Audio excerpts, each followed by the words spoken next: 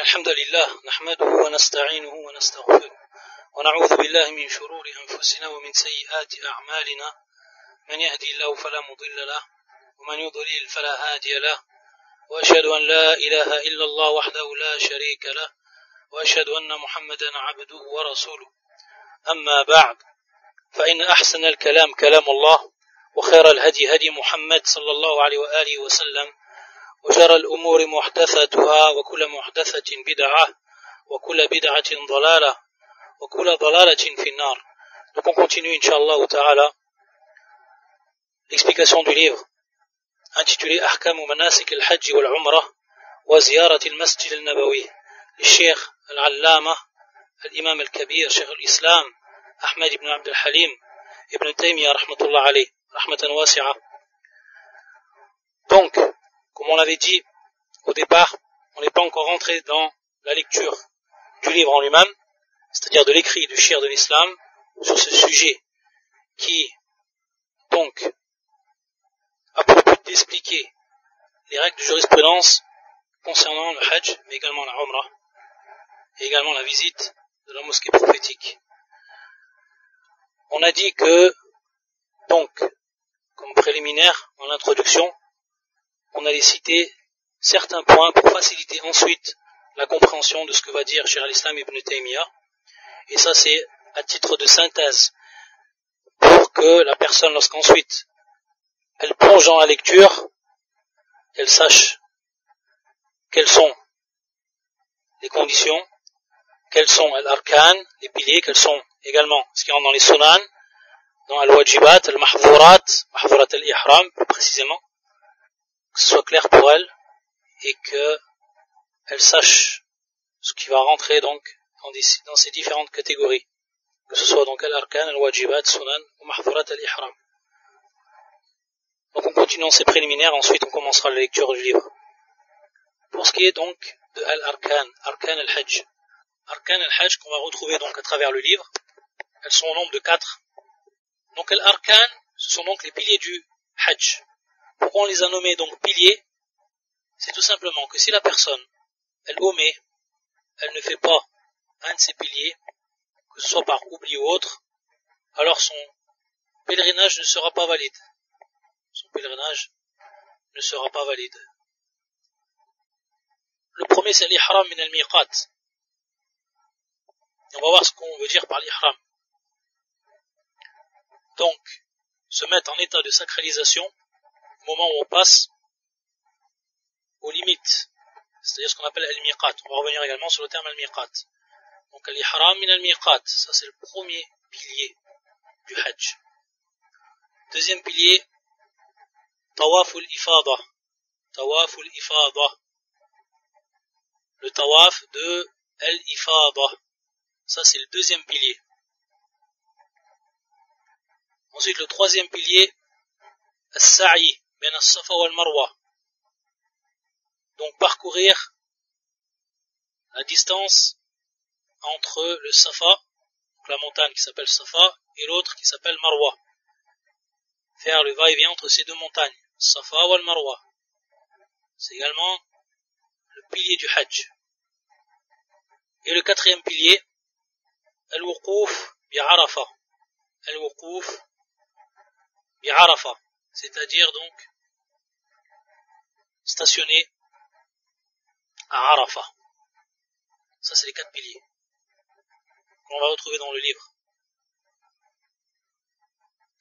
Sachant que certains savants ils vont rajouter encore un pilier. À la kulli hal, on ne va pas rentrer maintenant dans toutes les divergences. À la kulli hal, on retient ces 4 piliers. Al-ihram min al-miqat, tawaf al-ifada, as-sa'i bain as-safa wal marwa, al-wuquf bi Arafat. Si une de ces 4 choses n'est pas faite durant le hajj il devient invalide. Le hajj il devient invalide. Donc on voit que l'arkan al-hajj c'est comme l'arkan al-salah. Si la personne par exemple elle ne fait pas un des arkan de la prière, alors sa prière sera invalide. Taïb. Ensuite on a le wajibat ou le hajj. Donc maintenant les obligations du hajj qui sont au nombre de 7. Et lorsqu'on dit wajibat, quelle va être la différence entre al-wajibat et al-arkan, c'est qu'al-wajibat, si on oublie de faire un wajib, on n'a pas pu faire un de ces wajibs, alors le hajj, il n'est pas invalide, il reste valide, mais il y aura une compensation. Il y aura une compensation. Donc, ad-dam, ce qu'on appelle le sang, pour égorger un mouton, ou alors, également, le jeûne. Donc ça, c'est des compensations. La personne qui a oublié de faire un wajib, ou qui n'a pas pu faire un wajib, cette personne-là, son hajj, il n'est pas invalide, mais elle doit donc compenser par ad-dam, ou par siyam, c'est-à-dire par une compensation. Et c'est ce qu'on verra également tout au long du livre du shir de l'islam. On a dit au nombre de 7, et donc on fait bien la différence ici entre al-wajibat ou al-arkan. On fait bien la différence entre al-wajibat ou al-arkan. Pour ce qui est al-wajibat, al-ihram min al-miqat. Al-ihram min al-miqat. Ça c'est wajib. Donc maintenant on va se poser la question. On a déjà vu l'ihram min al-miqat qui est rentré dans l'arkan. Comment ça se fait? Et donc ici on va préciser pour ce qui est donc de arkan al-hajj, ce qui rentre dans les piliers lorsqu'on dit l'ihram min al-miqat. Al-maqsoud, ce qui est voulu par ça, c'est l'ihram min niyat al-nusuk. Min niyat al-nusuk, c'est-à-dire l'intention de faire le rite. Avoir l'intention de faire le rite. Au moment donc, on va avoir cette intention-là. Taïb, à ce moment-là donc, c'est par cela qu'on va rentrer dans l'ihram avant toute chose, c'est-à-dire par cette intention. An-niyat al-nusuk.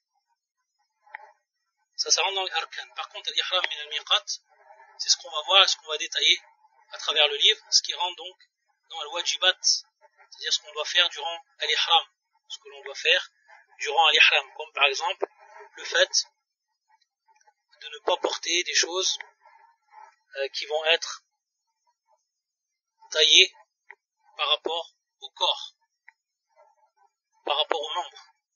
Taillées. Donc si la personne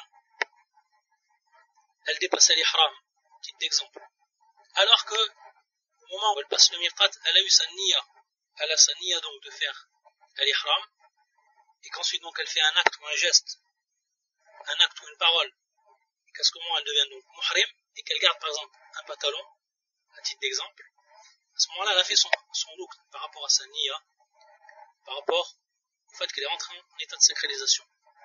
Mais elle a délaissé un wajib qui était le fait donc de délaisser à ce moment-là le pantalon et de mettre les habits qui convenaient. Donc si elle dépasse avec cela, alors ensuite son hajj, bien entendu, s'il n'est pas invalide, il va être valide, mais elle devra faire ce qu'on appelle le dam, c'est-à-dire elle devra une compensation, etc. On voit la différence qu'il y a entre les deux. Ensuite, le deuxième, al-wuquf bi'arafa naharan ila ghurub ash-shams. Al-wuquf bi'arafa naharan ila ghurub ash-shams. Et donc, bien entendu, la différence également ici qui est entre al-wuquf bi'arafa, qui est entré dans l'arkan, et ici al-wuquf bi'arafa, c'est le temps. C'est-à-dire que le rukn, le pilier du hajj, c'est le fait de stationner à Arafat. Mais là, on n'a pas cité une durée bien précise. Le principal, c'est de stationner à Arafat. Au moment où on a arrivé à Arafat, on a stationné à Arafat, même une courte durée, on a donc concrétisé le pilier. Par contre, ici, ce qui va entrer dans le wajib, c'est le fait de rester naharan, c'est-à-dire durant la journée, ila ghurub ash-shams, jusqu'à que le soleil il se couche. Inch'Allah, on va revenir à tout ça durant la lecture du livre. Le troisième, al-mabit bi Muzdalifa. Al-mabit bi Muzdalifa. Donc al-mabit, c'est-à-dire rester la nuit à Muzdalifa. Ça rentre dans al-wajibat. Ça rentre dans al-wajibat. Al-mabit bi Muzdalifa. Ensuite, le quatrième, Rami al-jimar murattaban. C'est-à-dire qu'on doit donc lancer donc aux différentes stations qu'on appelle al-jimar en ordre, c'est-à-dire qu'on doit le faire en ordre, ça c'est une obligation. Rami al-jimar, ça rentre dans les obligations, ça rentre pas dans les arkan, on doit les faire murattaban, on doit les faire donc en ordre, ça c'est le quatrième. Pour ce qui est du cinquième, al-haq ou taqsir, c'est-à-dire qu'on doit ensuite se raser ou alors se couper les cheveux, se raser ou se couper les cheveux, soit al-haq, se raser complètement ou se couper les cheveux, taqsir, ça rentre également dans les obligations. Le sixième, al-mabit bimina ayam al-tashriq, c'est-à-dire rester donc durant les nuits à Mina pendant les périodes des jours qu'on appelle ayam al-tashriq, les jours du tashriq. Ensuite le 7e et le dernier, tawaf al-wada'. Tawaf al-wada', lorsque la personne elle quitte donc Mecca, elle retourne dans son pays, dans sa région, et qu'elle délaisse Mecca, qu'elle a fini son hajj, elle doit faire donc obligatoirement le tawaf, ce qu'on appelle le tawaf al-wada'. Ça c'est le 7e et le dernier. Donc ça nous en fait 7.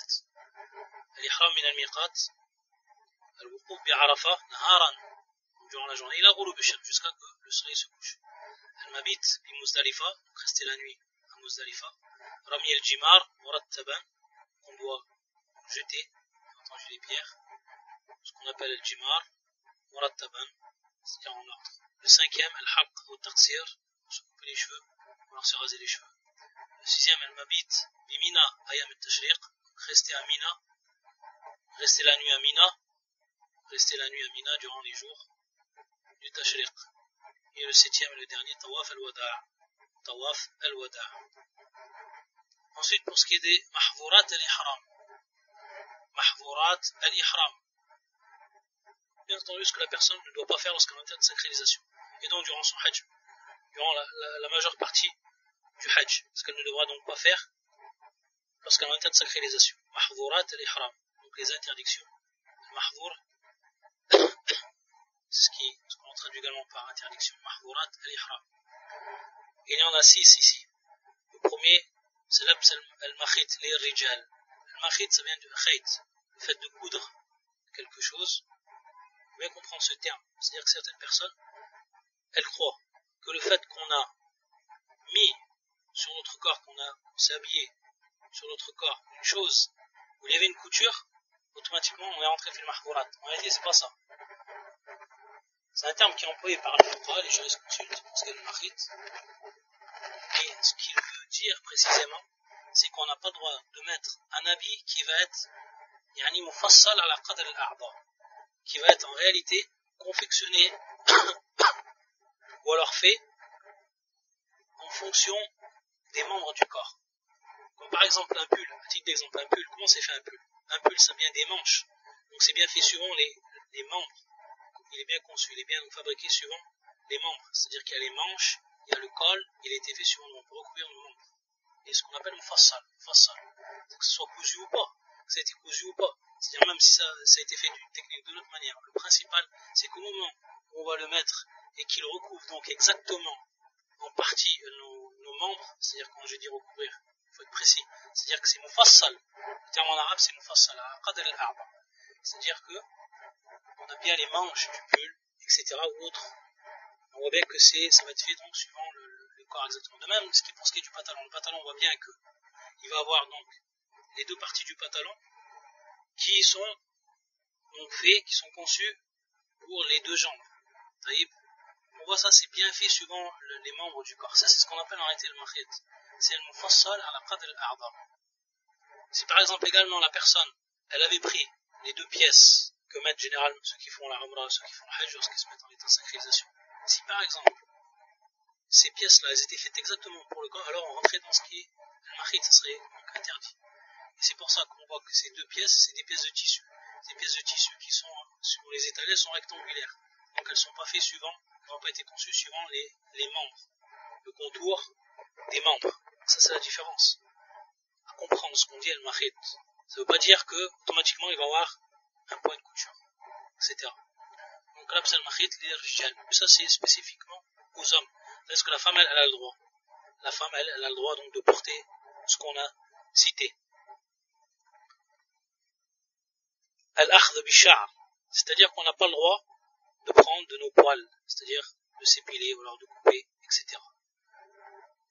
Ça, c'est le deuxième. Le troisième, taqlim al-adhafir. On n'a pas le droit donc de se couper, de se ronger, de se tailler les ongles. Le quatrième, taghtiyatur ras lir-rijal. On n'a pas le droit donc de se recouvrir en étant de sacralisation la tête. Ça, c'est également spécial pour les hommes. Tandis que la femme, elle a le droit. Par contre, la femme, elle n'a pas le droit donc de mettre al-niqab. Yani tashud al-niqab. Bima'na, on d'après le hadith qui est muttafaqun alayh, où le prophète sallallahu alayhi wa sallam a dit, la tantaqib al-mar'a. al-muhrima, ou la talbis al-qaffazain. C'est donc la femme, elle n'a pas le droit de mettre le niqab. Quand on dit le niqab, c'est donc le voile qu'elle va mettre pour cacher son visage. Mais lorsqu'on dit niqab, c'est-à-dire qu'automatiquement, ce voile-là, elle va le resserrer. C'est-à-dire quand elle le met devant son visage, elle est obligée donc de le resserrer derrière, autour de sa tête. Donc à ce moment-là, soit par exemple, là, il y a deux morceaux de tissu derrière qui vont faire qu'elle va pouvoir donc l'attacher. Elle va attacher donc cette...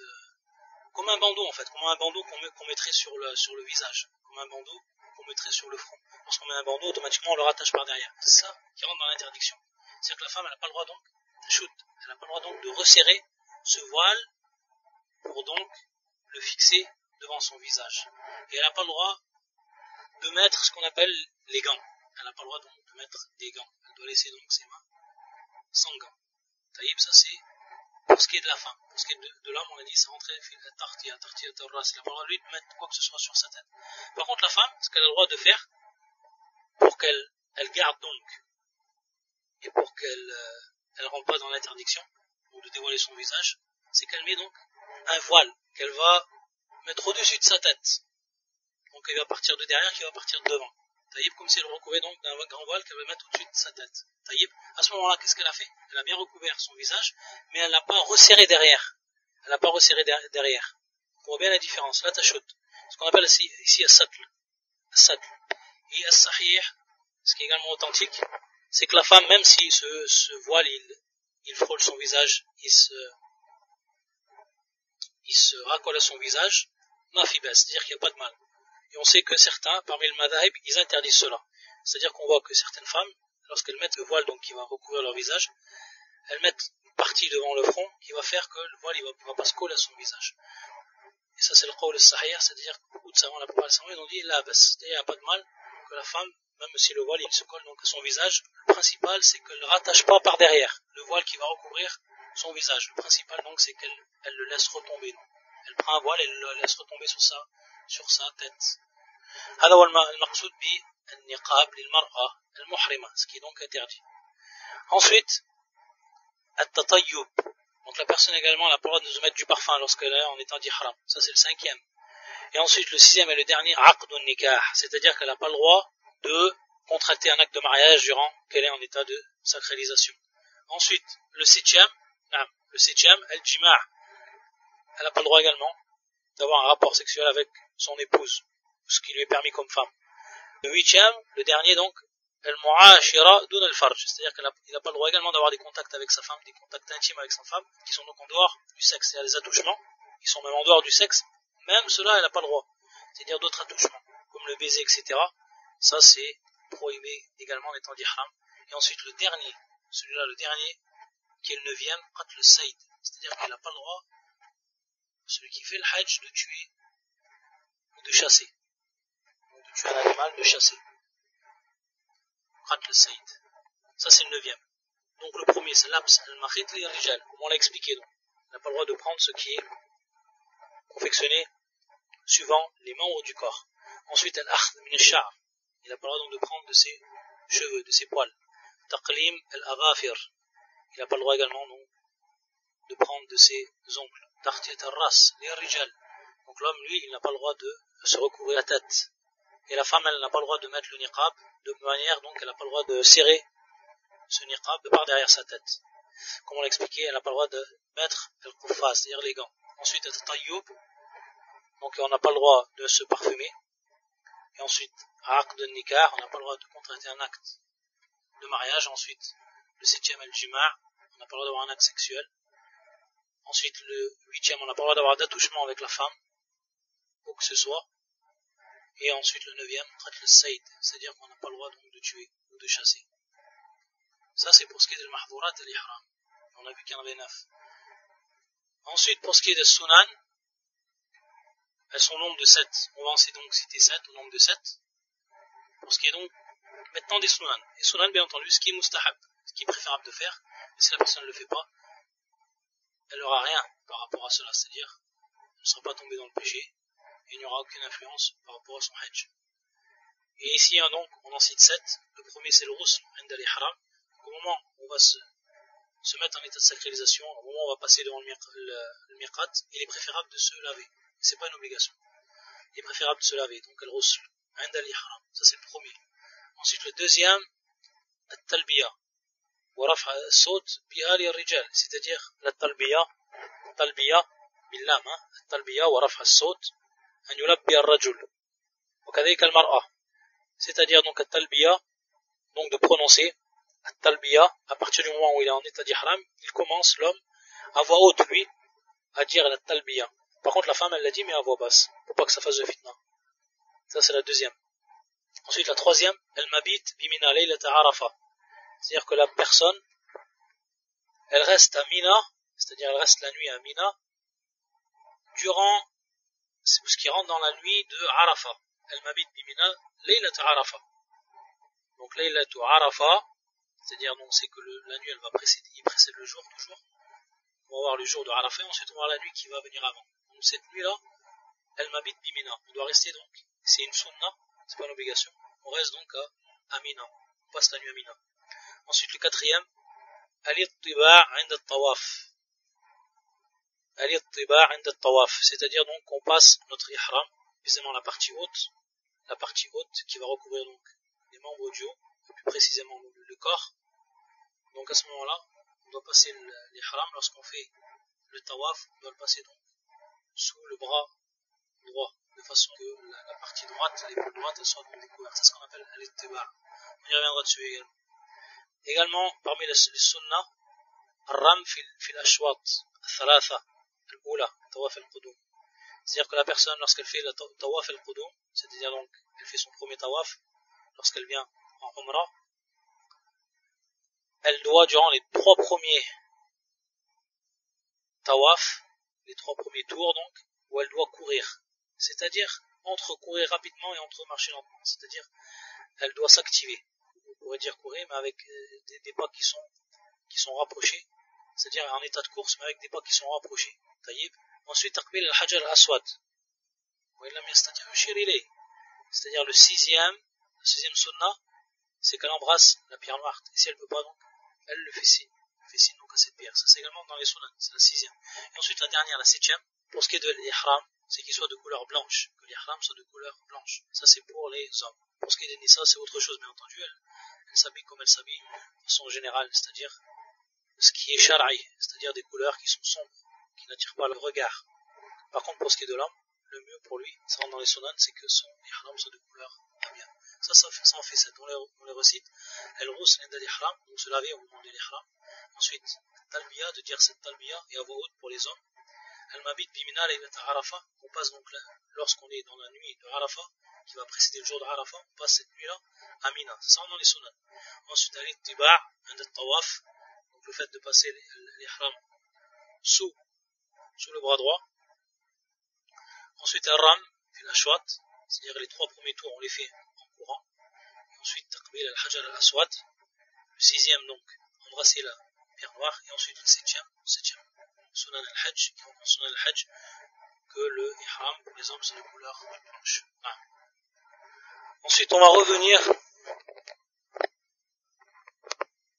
à un point qu'on avait déjà cité, et qu'on va un peu plus détailler pour ce qui est de l'umrah. On avait dit que l'umrah, la parole authentique, la parole la plus sûre, ou l'avis le plus sûr, c'est que la umrah c'est une obligation. Une fois, comme le hajj, dans la vie du musulman et de la musulmane. Et on avait vu comme preuve le verset suivant, qui était fait sur al-Baqarah, qui était le verset 196, où Allah Azza wa Jalla dit wa atimmu al-hajj wal umrata lillah. Wa atimmu, ici c'est sirat al-amr, wa yufid donc al-wujub, c'est-à-dire que le verbe ici wa atimmu c'est l'impératif, et l'impératif donc on sait que il a pour conséquence et il implique l'obligation. Donc wa atimmu al-hajj wal umrata lillah, on voit que Allah Azza wa Jalla a cité ici le hajj, il a cité également la umrah. Donc c'est une preuve coranique que la umrah ça rentre dans les obligations. Également hadith du prophète sallallahu alayhi wa sallam, lorsque le sahabi Abu Razin radiyallahu ta'ala anhu, il était venu poser la question au prophète sallallahu alayhi wa sallam et qui lui avait donc demandé par rapport à son père, qui était quelqu'un de très vieux et qui n'avait pas la capacité physique de faire le hajj. Et qu'est-ce qu'il lui a dit le prophète sallallahu alayhi wa sallam? Ce hadith est rapporté par Abu Daoud, au Tirmidhi wa Nasa'i. Il est authentifié, notamment par Sheikh Al-Albani, comme a fait Sahih Al-Jami', qui est le hadith numéro 3127. Le prophète sallallahu alayhi wa sallam lui a répondu à Abu Razin, radiyallahu ta'ala anhu, il lui a répondu sallallahu alayhi wa sallam, Hujja an abik wa ahtamir. Il lui a dit, fais le hajj donc, pour ton père, et également la umrah pour ton père. Hujja an abik wa ahtamir. Donc également ça va nous prouver que la umrah, elle va être au même niveau que le hajj, pour ce qui est de l'obligation. Pour ceux qui ont dit que ce n'était pas obligatoire, comme l'imam Malik et d'autres, rahmatullah ala al-jami', eux ils ont pris comme preuve certains hadiths qui en réalité ne sont pas authentiques, et qu'on va citer.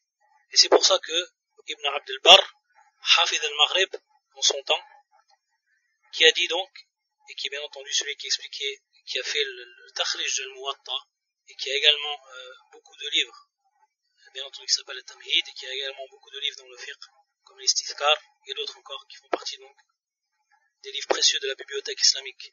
Ibn Abd al-Barr, rahimahullah ta'ala, le grand savant du Maghreb, yani Hafid al-Maghrib de son temps.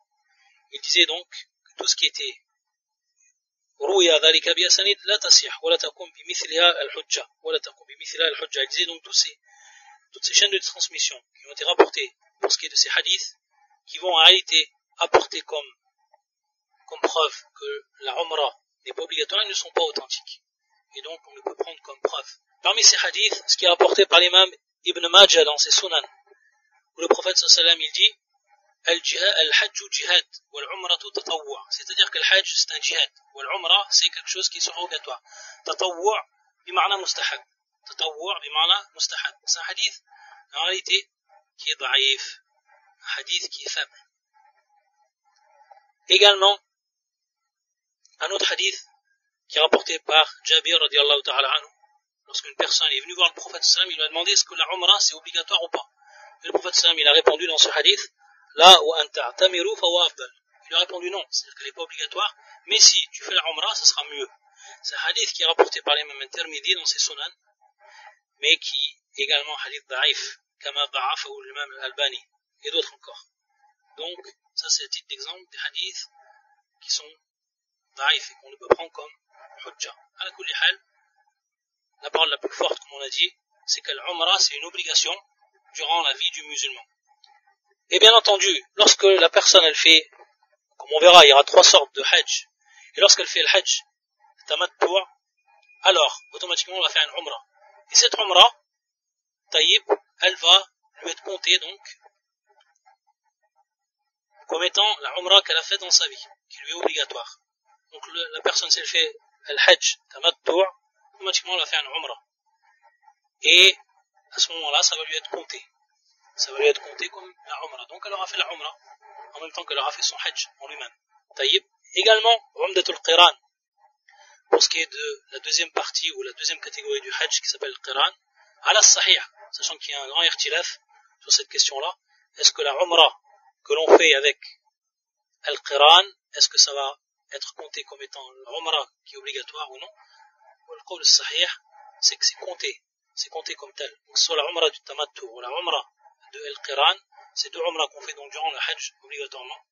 Si on fait suivant ces 2 catégories de hajj, automatiquement elles sont donc comptées pour le musulman comme étant la umrah qu'il a été obligé de faire durant sa vie, donc il n'aura pas à le refaire une autre fois, sauf si après ça rentre dans le tatawwa, ce qui est mustahab. Ensuite une autre question également, tout ça c'est bien entendu ça rentre dans les préliminaires avant de rentrer dans la lecture du livre du shir, c'est important à connaître. Pour ce qui est de Ashhur al-Hajj, donc on a parlé plusieurs moments des mois du Hajj. Ces mois du Hajj,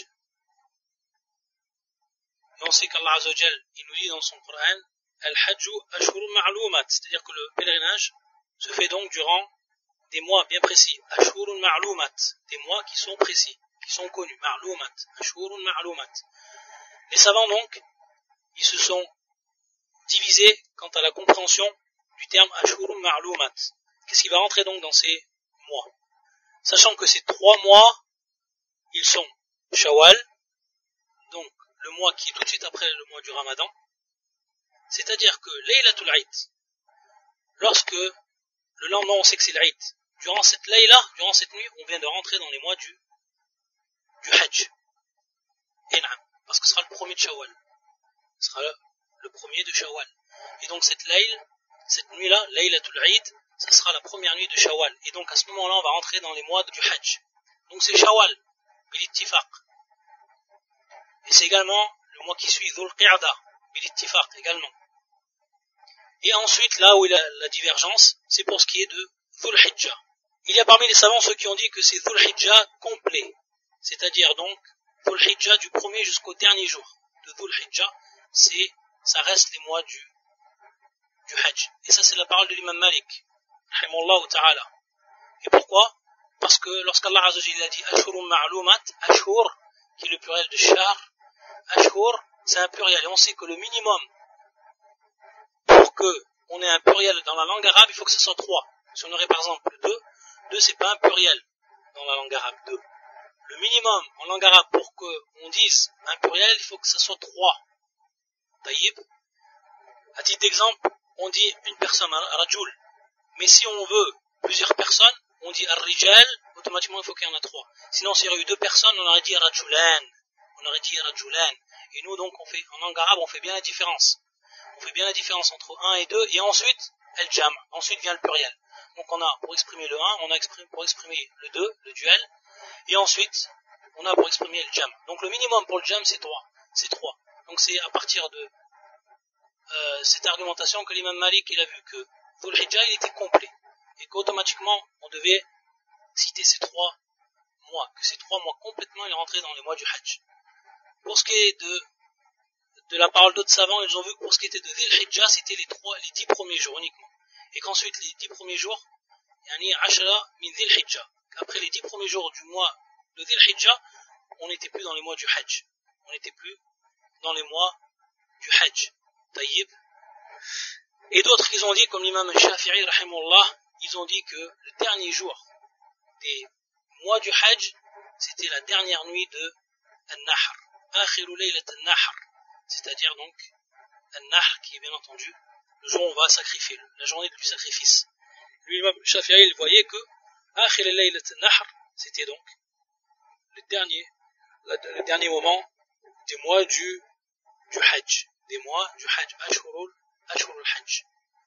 Mais pour ce qui est de cette parole-là, comme l'ont rappelé beaucoup de savants, ils ont rappelé un hadith du prophète sallallahu alayhi wa sallam, un hadith qui est authentique, qui est rapporté par l'imam Abu Daoud, ou Mu'allaq inda al-Bukhari, et qui est authentifié par Cheikh al-Albani, fi Sahih al-Jami', qui est le hadith 8191, où le prophète sallallahu alayhi wa sallam il a dit cette parole, Yawmul Hajj al-Akbar, Yawmul Nahr. Yawmul Hajj al-Akbar, Yawmul Nahr, c'est-à-dire le jour du grand Hajj, Yawm al-Hajj al-Akbar, c'est Yawm al-Nahr, c'est le jour donc du sacrifice. Et donc les savants ils ont répondu, comment peut-on dire donc que le jour du sacrifice ne va pas rentrer dans les jours des mois du pèlerinage, alors que c'est donc l'un des plus grands actes que l'on fait durant le pèlerinage. Taïb. Et pour ce qui est bien entendu de ce qui va être le plus proche, Wallahu ta'ala alam, c'est la parole de l'imam Malik. Ce sont les 3 mois. Il va avoir donc des conséquences par rapport à cet irtilaf. Et donc, malgré cela, même ceux qui ont dit que c'était uniquement Ashrun min Dhul Hijjah, que c'était les 10 premiers jours uniquement de Dhul Hijjah, ils vont voir que même si la personne fait des actes après, qui rentrent dans des actes du pèlerinage, ça va quand même être compté. Donc on voit que, en réalité, de dire que les mois, ce sont Shawwal, Dhul Qa'da ou Dhul Hijjah, 3 mois complets, c'est bien donc les 3 mois du Hajj. Et pour donc dire les conséquences que ça peut avoir entre donc les deux avis, c'est tout simplement une personne qui va faire le tawaf al-ifada. On sait que la personne elle peut retarder le tawaf par exemple al-ifada ou al-sa'i, et qu'elle le fait donc après le 10 min Dhul Hijjah. Est-ce que cette personne-là elle a fait cet acte-là durant les mois du Hajj ou pas? Donc, suivant la parole de l'imam Malik et ceux qui l'ont suivi, ceux qui ont dit que c'était uniquement Asha, ils vont dire non. Mais malgré cela, on va voir que la plupart ils vont dire que c'est quand même acceptable. Pour ce qui est des mois du Hajj, ce sont donc ces 3 mois. Shawwal, Al-Qa'da, وعشر من ذي الحجة. Et bien entendu, ici pour bien comprendre, lorsqu'on dit Ashur al-Hajj, si par exemple une personne, Laylat al-Eid, il y a tuhrim, c'est-à-dire donc, elle fait son ihram, et elle devient en état de sacralisation la nuit du Eid, donc la nuit du premier de Shawwal. Alors à ce moment-là, et bien entendu, tahzim lil-Hajj, taïb, alors à ce moment-là, il va bel et bien rentrer, son Hajj va devenir pour lui donc une obligation, bien entendu. Par contre, une personne, elle ne peut pas un yuhrim lil-Hajj avant cela, c'est-à-dire avant ces mois-là. Il faut automatiquement que ça commence à partir du premier du mois de Shawwal, pour qu'elle puisse faire son ihram et ensuite partir donc à la Mecque. Si par exemple elle est mutamattir, donc elle va faire à ce moment-là, le premier jour de Shawwal, il y a tuhrim al-umra ou al-hajj, c'est-à-dire pour sa umra. Ensuite, elle part donc faire sa umra le premier du Shawwal et ensuite elle reste à Mecca jusqu'à, elle se désacralise bien entendu en tant que tamattu, et ensuite elle reste jusqu'à le début donc du hajj, et ensuite donc elle fera donc son ihram à ce moment-là, et durant toute cette période donc elle sera bien durant les mois du hajj, ça lui sera compté comme tel. On voit que c'est ici la différence. Par contre, si une personne elle fait l'ihram avant Laylatul Eid, c'est-à-dire les derniers jours du Ramadan, ça va donc cette umra, ça va être rentré dans une umra que l'on va faire durant le mois du Ramadan, et ça rentre pas comme étant une umra qui rentre dans le hajj ici en état de tamattu ou qiran.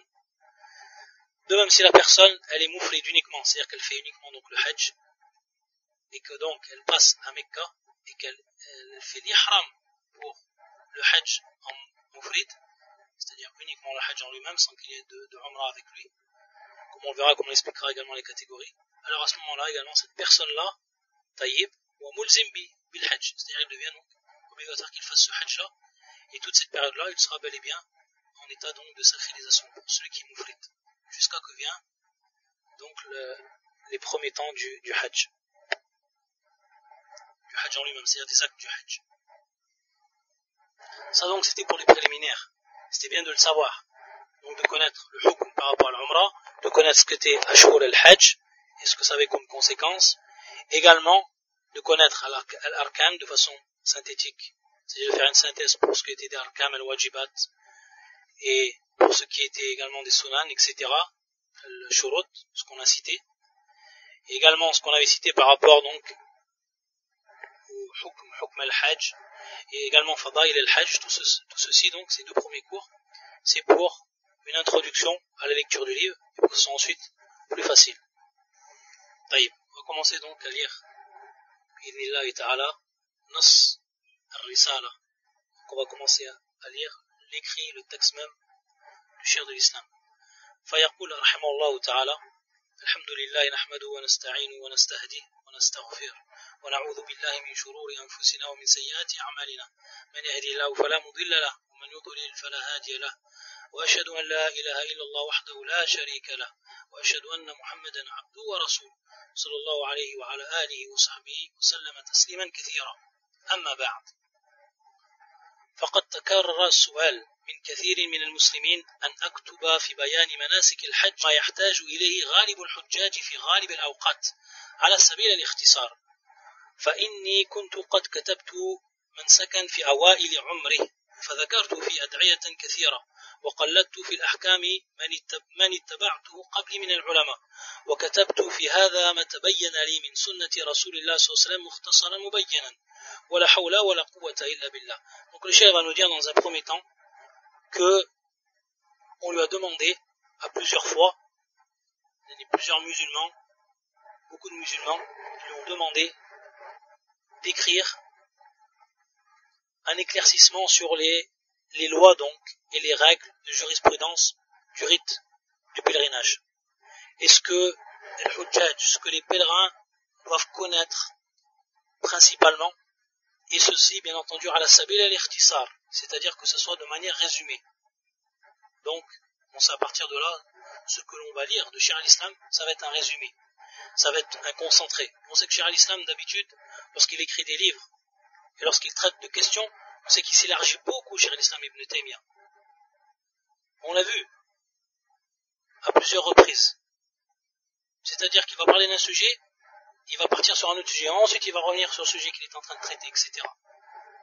Et là, alors que là, bien entendu, il va se concentrer uniquement sur le hajj et ce qu'ont besoin les al-hujjaj de manière globale et dans les temps principaux. Dans les temps principaux.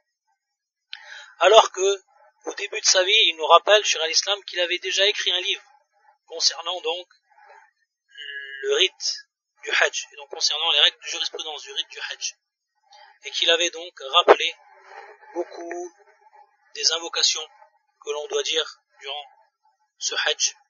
Donc on voit que c'était plutôt mutawwal, c'est-à-dire plus long, et qu'il avait suivi dans cela, c'est-à-dire dans la citation et dans l'argumentation des règles, il avait suivi dans cela donc ceux qui l'ont précédé parmi les savants.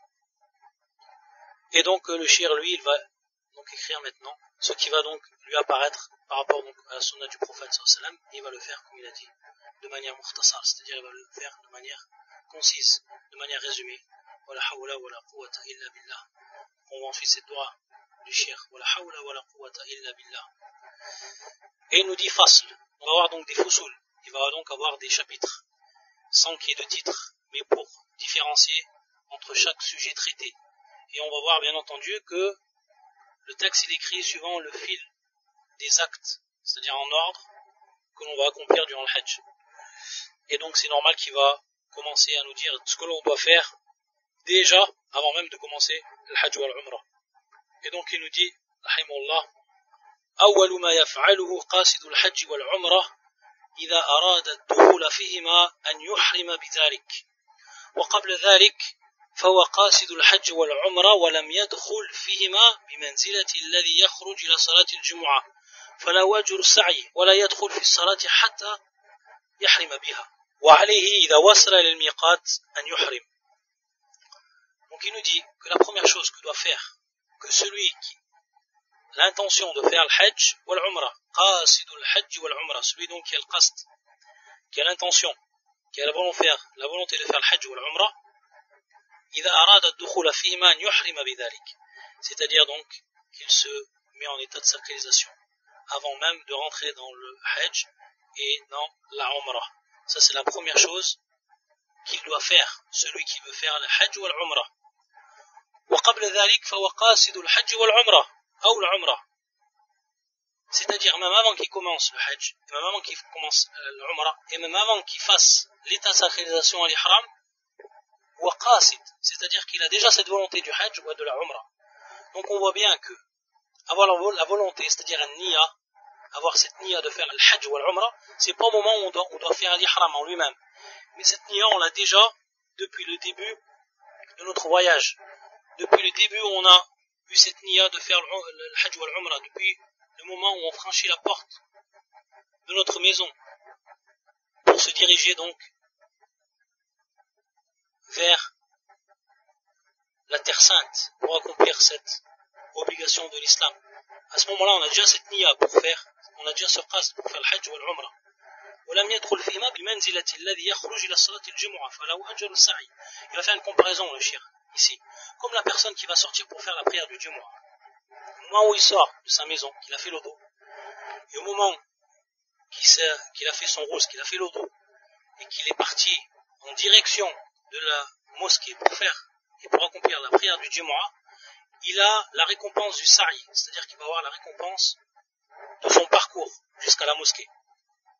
Et on sait, comme dans le hadith rapporté par l'imam al-Bukhari et l'imam Muslim, lorsque le prophète sallam il a dit Man ightasala yawm al-jumu'ah غسل الجنابة ثم راح فكأنما قرب بدنه ومن راح في الساعة الثانية فكأنما قرب بقرة. Le hadith, c'est-à-dire celui donc qui a fait al-ightisal, qui s'est lavé le jour du vendredi, ce lavage que l'on doit faire, qui est le lavage bien entendu religieux, le même lavage que l'on fait lorsqu'on se lave donc du al-janaba, de l'impureté majeure, et qu'ensuite donc il part, c'est comme si donc il avait sacrifié badana, yani qarraba badana, etc. Ensuite donc le hadith. Donc on voit ici que la personne elle ajr du sa'i, alors qu'elle n'est même pas rentrée dans la prière du Jumu'ah. De même, pour celui qui va faire le hajj ou l'umrah, il a déjà donc une récompense au moment où il sort du palais de sa maison pour accomplir ce hajj et sa umrah, alors qu'il n'est même pas encore en état d'ihram, il n'est même pas arrivé jusqu'au miqat. Mais durant tout ce temps, il a quand même la récompense, car il part avec cette niya-là, cette niya qu'il a donc, ce qasd qu'il a pour faire le hajj ou l'umrah. De même,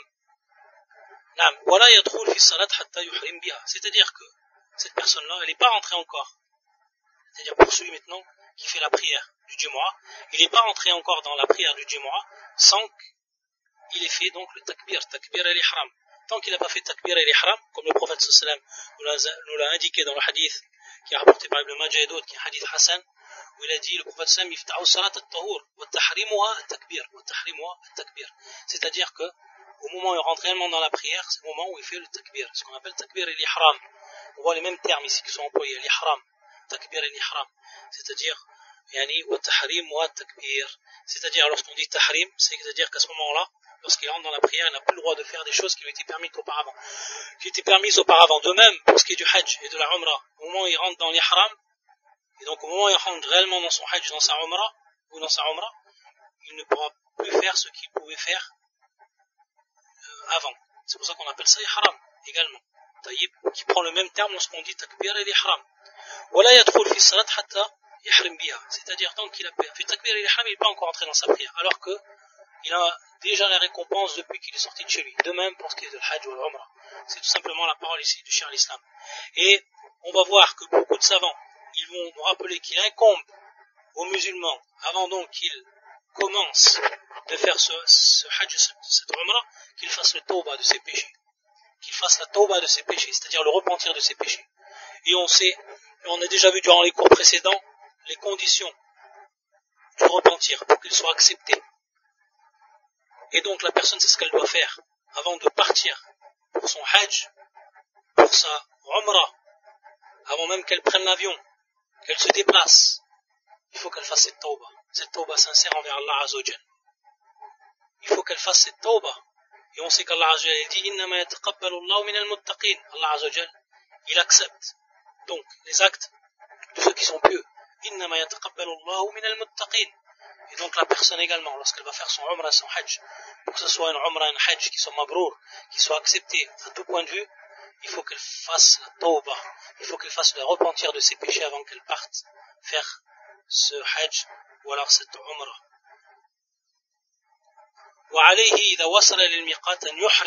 C'est-à-dire au moment où il va arriver à ce qu'on appelle al-miqat. Al-miqat, que l'on peut traduire comme étant une limite.